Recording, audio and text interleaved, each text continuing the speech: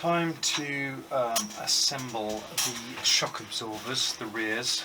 I'm again a little bit apprehensive about this because I'm really worried I'm going to scratch up the paint at the top of the shock absorber shroud when I put this together, but I'll see how it feels when we get there. It may take a bit of fiddling to get it to a point where I'm happy.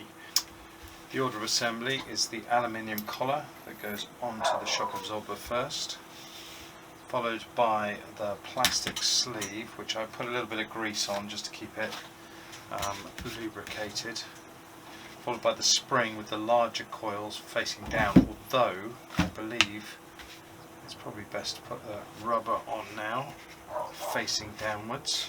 And then we had this nut that's screwed down, and that also facing downwards to the top. Right, now I think it's the spring's turn to go on, with the big coils facing down and the tighter ones at the top.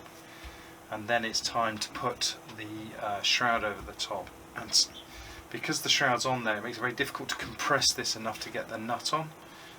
But we will give that a go and see what happens. Okay, let's test fit and finish.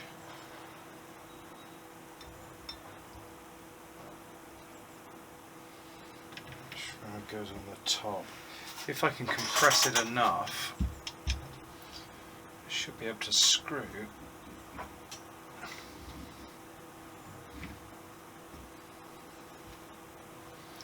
this on top.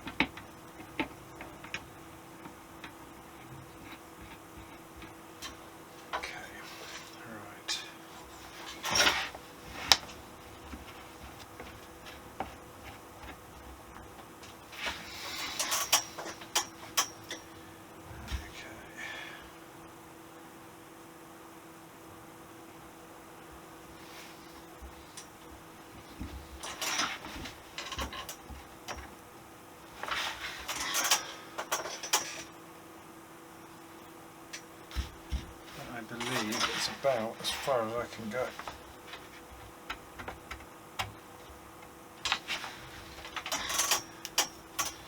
There we go, one shock absorber. A little bit nicer than it was when it came off the bike, although still not perfect because there's a lot of pitting at the bottom of the shock absorber.